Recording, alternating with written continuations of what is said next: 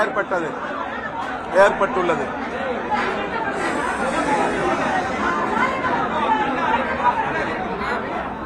திராவிட முன்னேற்ற கழகத்தின் தலைமையிலான மதசார்பற்ற முற்போக்கு கூட்டணியில் விடுதலை சிறுத்தைகள் கட்சி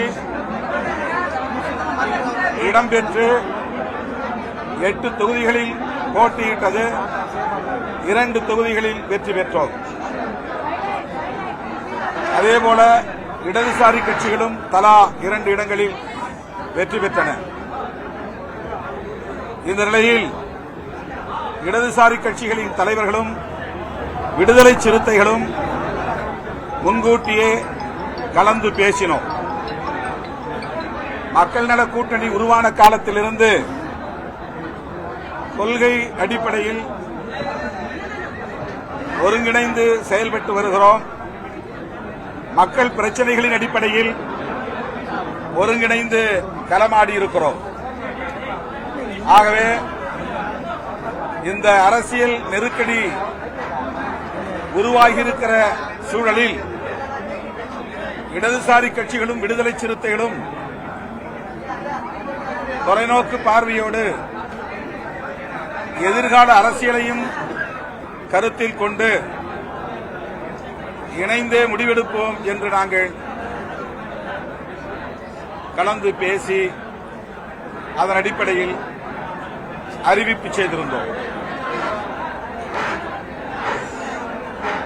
இடதுசாரி கட்சிகள் இந்திய கம்யூனிஸ்ட் கட்சி மற்றும் மார்க்சிஸ்ட் கம்யூனிஸ்ட் கட்சி ஆகிய இரு கட்சிகளும் மாநில குழு எடுத்த முடிவுகளை அடுத்து அந்த முடிவை ஒட்டி விடுதலை சிறுத்தைகளின் உயர்நிலை குழுவில் கலந்தாய்வு செய்து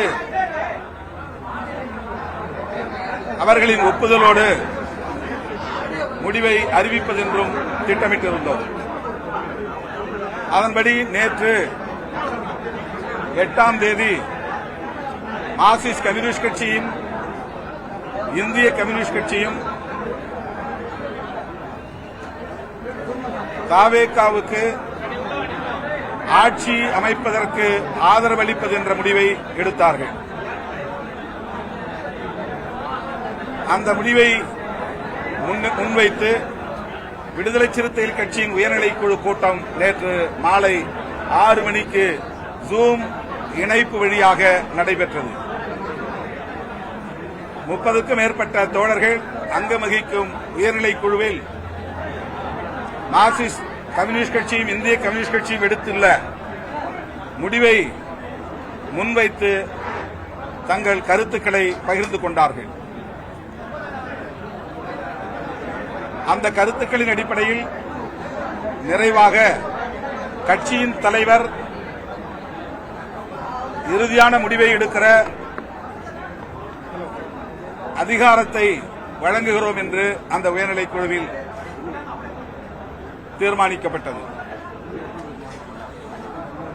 அதன் அடிப்படையில்தான் மீண்டும் இன்றைக்கு விடுதலை சிறுத்தைகள் கட்சியின் பொதுச் செயலாளர்கள்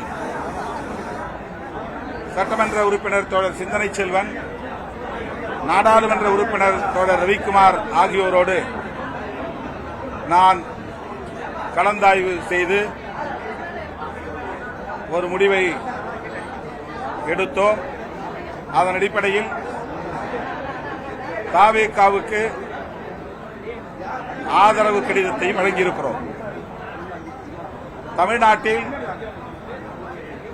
இந்த அரசியல் நெருக்கடியை பயன்படுத்தி குடியரசுத் தலைவர் ஆட்சி நடைமுறைக்கு வந்துவிடக் கூடாது, அதை தடுக்க வேண்டும் என்கிற அடிப்படையிலும்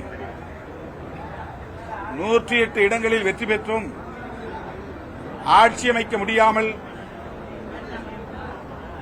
ஒரு சிக்கலில் தாவேகா